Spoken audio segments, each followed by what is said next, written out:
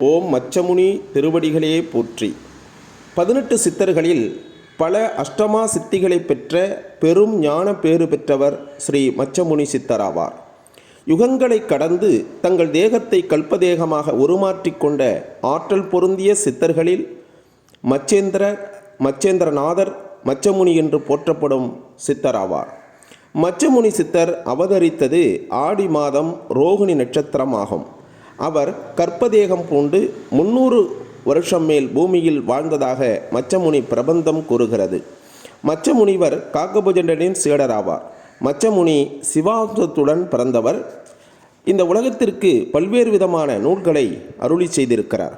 மச்சமுனி சூத்திரம் 21, மச்சமுனி ஸ்தூல சூட்சம காரண ஞானம் 30, மச்சமுனி பெருநூல் காவியம் 800, மச்சமுனி வைத்தியம் 800, மச்சமுனி கடைகாண்டம் 800, மச்சமுனி சரக்கு வைப்பு 800, மச்சமுனி திராவகம் 800, மச்சமுனி ஞான தீட்சை 50, மச்சமுனி தண்டகம் 100, மச்சமுனி தீட்சாவிதி 100, மச்சமுனி முப்பு தீட்சை 80, மச்சமுனி குருநூல் 800, மச்சமுனி ஞானம் 800, மச்சமுனி வேதாந்தம் 800, மச்சமுனி யோகம் 800, மச்சமுனி வகாரம் 800, மச்சமுனி கலைஞானம் 800, மச்சமுனி மாயாஜாலகாண்டம் 800 என்ற நூல்களையெல்லாம் அருளி செய்திருக்கிறார்.